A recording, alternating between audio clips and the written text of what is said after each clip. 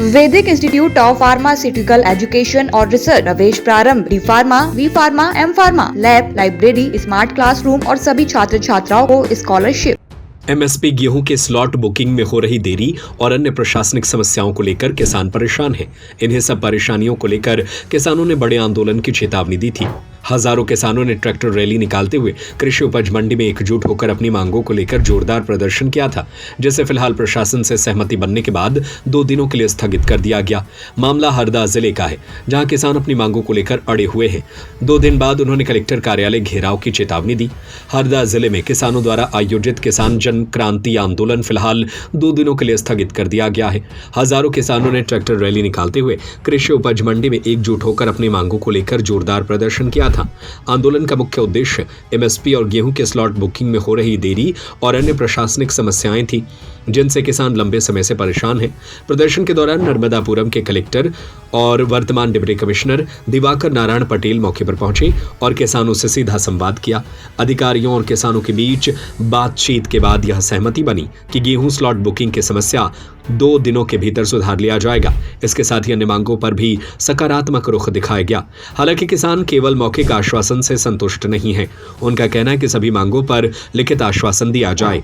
इसी को लेकर दोनों पक्षों में सहमति बनी कि आंदोलन को 2 दिनों के लिए स्थगित रखा जाए। जन क्रांति आंदोलन के संयोजक राजेंद्र पटेल ने चेतावनी दी कि अगर लिखित आश्वासन नहीं मिला तो 2 दिनों बाद बिना सूचना के कलेक्टर कार्यालय का घेराव किया जाएगा। 28 तारीख का हमारा किसान क्रांति आंदोलन जो हरदा मंडी में आयोजित था, उसे केवल 2 दिन के लिए शासन के अनुरोध पर स्थगित किया गया है, क्योंकि शासन के प्रतिनिधि माने हम उन्हें कमिश्नर नर्मदा संभाग के द्वारा ये आश्वासन दिया गया कि मैं जो यह मंच पे कह रहा हूँ, जिसकी रिकॉर्डिंग सारी मीडिया और सभी लोगों के पास है, उसी बात का मैं लिखित में आपको आज 12 बजे तक देने का उन्होंने आश्वासन दिया था। और जो मांगे थी उनके कुछ बिंदुओं पर सहमति बनी और हमने सकारात्मक रुख अपनाया कि अनावश्यक और अनधिकृत जो चीज़ें हैं उन लोगों की अधिकार में नहीं हैं, उनके लिए तत्काल किसी निराकरण के लिए जिद करना कोई उचित बात नहीं है और किसानों को परेशान करना उचित नहीं है।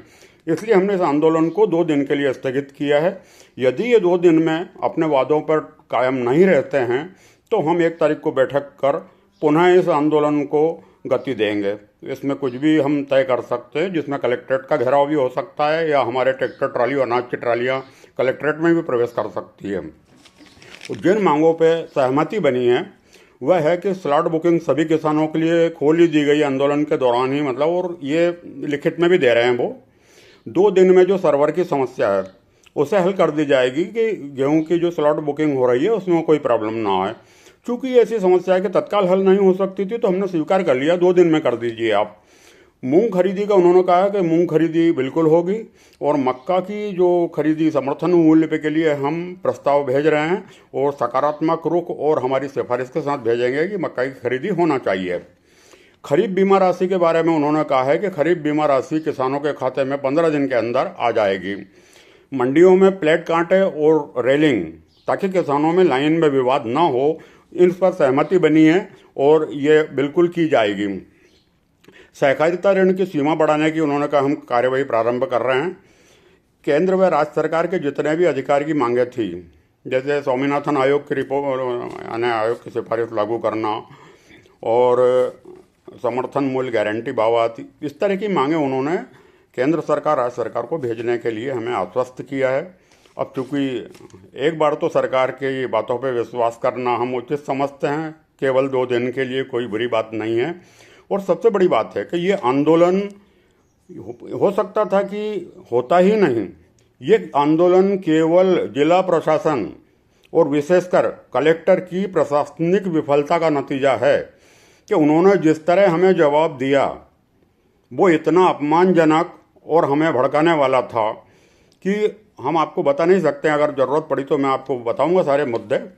तो ये इस तरह की चीज़ें किसी आंदोलन में स्वीकार्य नहीं हो सकती, एक परंपरा होती है।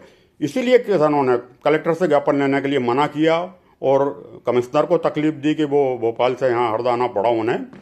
तो इस तरह की चीज़ें, कुछ चीज़ें ऐसी होती है पहले सुलझाई जा सकती है, लेकिन हर कलेक्टर का ये रवैया रहता कि हो सकता है कि ये राज्य शासन से ही अनुरोध हो कि फालतू किसानों के भाव ना बढ़ाना।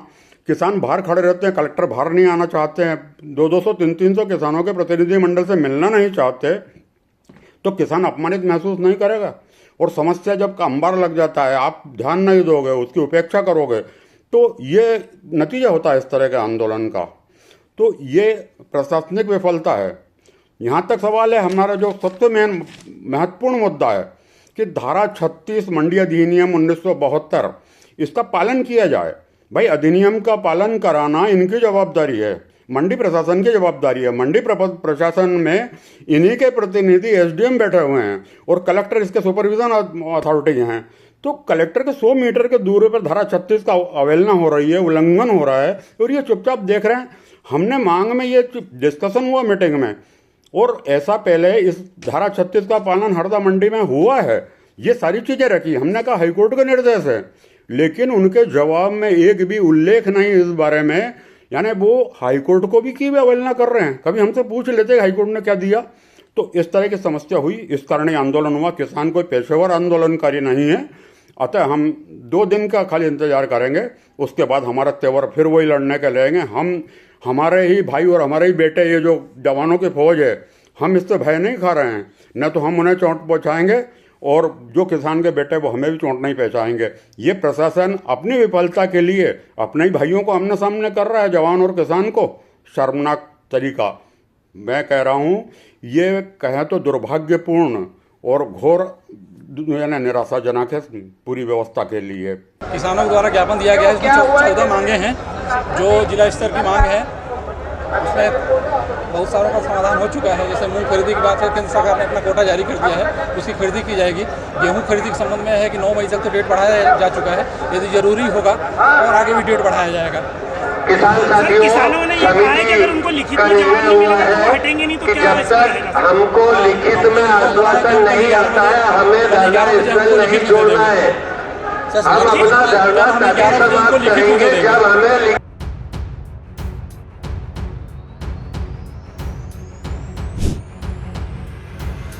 हरदा से अंकुश अशोक विश्वकर्मा की रिपोर्ट।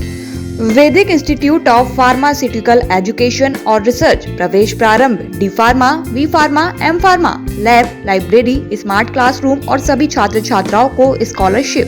हमारा पता है यूनिवर्सिटी रहली लिंक रोड, बाबूपुरा, सागर, मध्य प्रदेश। हमारा नंबर है 7617309253 8319189545।